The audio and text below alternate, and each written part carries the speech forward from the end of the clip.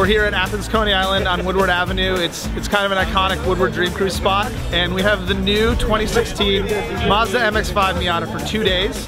So we decided, what are we going to do with it? Let's take it out and get other Miata owners excited about it, show them the car, let them answer the questions.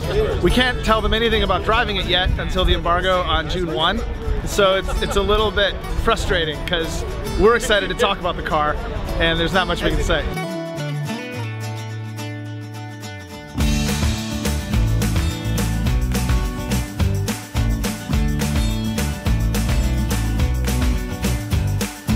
You always hear about the Miatas being that like driver's car, right? I mean, it's always kind of been the hallmark for enthusiasts. I like the style of the new model. It's really sleek. It looks tougher. I love the fact that it's lighter weight.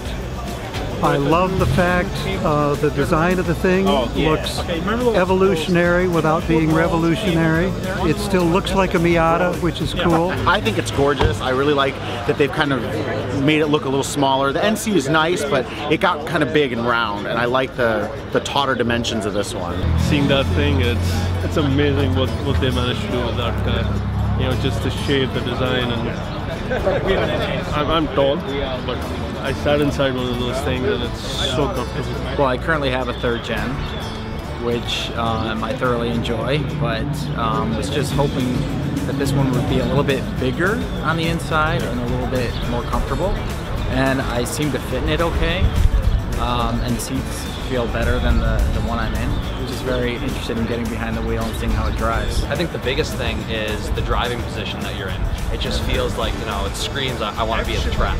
A nice evolution. You know, they kept the proportions right, which is really important, I think, for Miata. But I think it's fairly restrained, actually. I think it's still in the Miata wheelhouse. It's got enough of the new Mazda language, I think, to really work, but it still looks and feels very Miata. Even the idea of the way that they're doing the rear end, which is they have a really tall final gear ratio in the thing. And when you look at it, it's really quite small, the rear differential. I was just under the car looking at it. And they're changing the ratios of the transmission, which are way different than I've ever heard on, you know, it's a different strategy than I've ever heard. And that got me thinking, boy, they must really have given a whole lot of stuff a thought. Noticeably less rolly. It's still, all Miatas roll a lot. That's sort of by design. Because we want to have some feedback even when you're not driving that hard.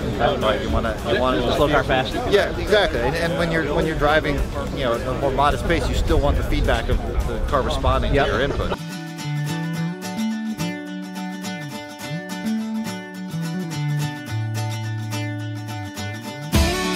This is our first time doing any kind of public event, but we're really excited that so many people showed up. So maybe we'll do it more, make it a regular thing like cars and Coneys. We'll see.